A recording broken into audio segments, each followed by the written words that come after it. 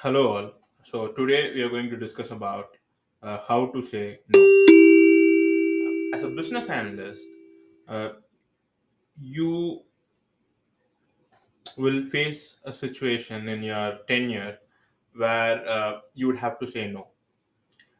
So generally, when it comes to developers and testers, they'll be given a task and then they'll go and then they'll start doing that task. So in the case of developers, it's going to be a development task, and once that's done, a tester would get testing related tasks.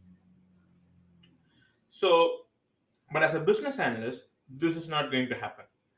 You will be a liaison, and then you will not be getting tasks, but then uh, there's going to be a lot of fluctuations involved when it comes to what you're going to do because you are the liaison. Say for example, so the UAT would take place, and so UAT, for those of you who don't know what UAT is user acceptance testing, and the business might call a missed requirement as a defect because they don't want to spend money. That's They don't want to spend money on fixing those missed requirements. Instead, they might call it defect. This can happen accidentally or this can happen intentionally. So by definition, missed requirements is when you forgot to give the requirement. Defects is when the enhancement, the requirement was given, but then it wasn't coded properly.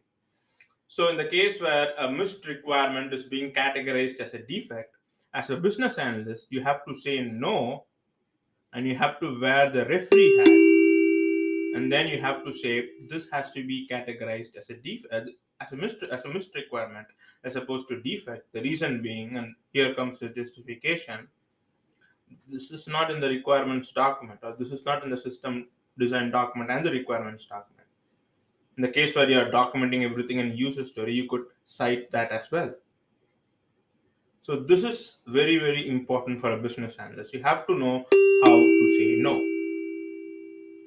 Many business analysts who come into the market, they find it very difficult, I feel, to say no.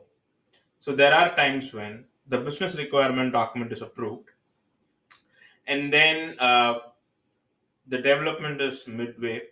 The business would touch base with the business analyst, and they would say, we need the IT team to inculcate some change requests. The business analyst, in majority of cases, especially if they are new to the market, they would just be kind of it would be kind of nerve wracking for them because they are talking to the business and they are all high level staffs, and almost always they would just take these change requests in, and then they would say we will complete it within the same deadline that was initially assigned to us.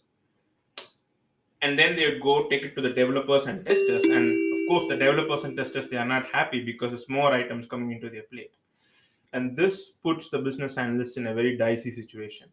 So you have to know how to say no, which is really crucial as a business analyst.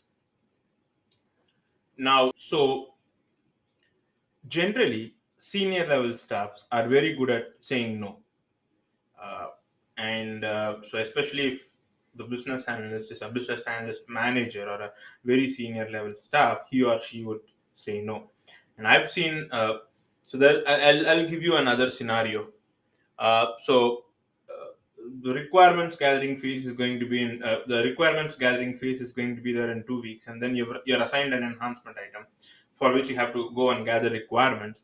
Then you go approach business uh, to assign you a end user so that you can do your own analysis and get a good understanding of the current business process flow and the current application process flow. And when that's going to happen, uh, you'll go sit down with the end user, do some active observation session where you will share the screen, and then they'll explain the current business process flow and application process flow of the enhancement, and then they'll also tell you some pointers as to what happens outside the application as well. So this is kind of a prerequisite. This is something that a business analyst must do before he or she goes into a requirements meeting. In my tenure, I've seen times when they'll just outright say no when I ask for an end user to do my analysis.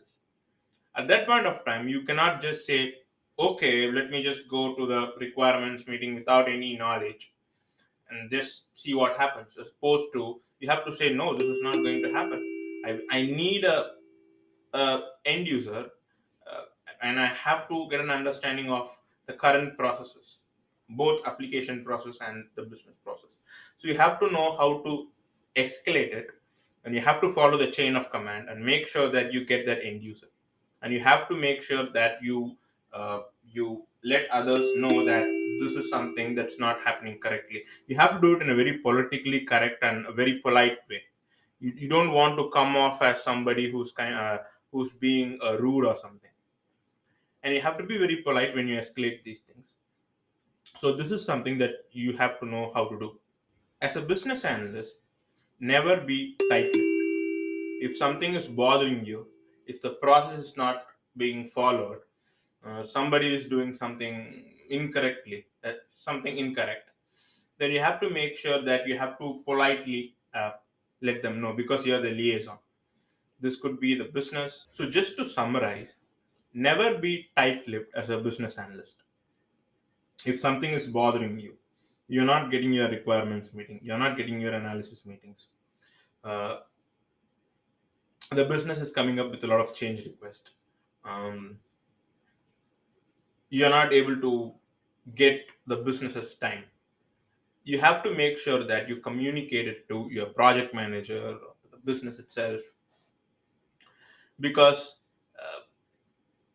that's your job as a business analyst. You are the liaison, and you are the connecting link, and your one of your primary skill set must be communication.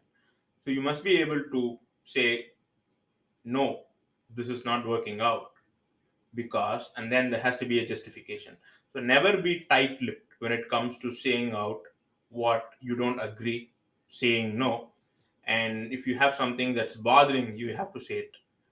And if, in fact, if something is bothering something else also, it's your responsibility as a business analyst to be a liaison and then pass on the message to the right player in the team or outside the team. So yeah, so in a nutshell, you have to know how to say no.